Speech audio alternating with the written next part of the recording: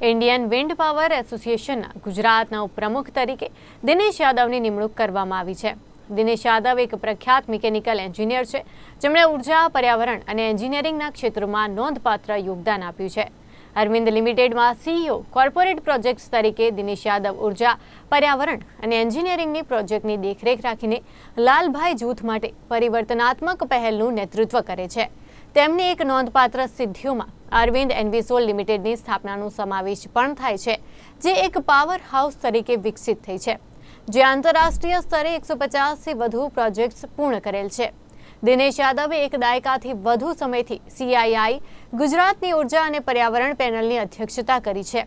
તેમના નેતૃત્વએ open access, residential અને industrial grid connect, solar systems અને હાઇબ્રિડ રિન્યુએબલ એનર્જી સોલ્યુશન્સ દ્વારા પાવર ટ્રેડિંગ જેવી નવીન નીતિઓ ચલાવી છે।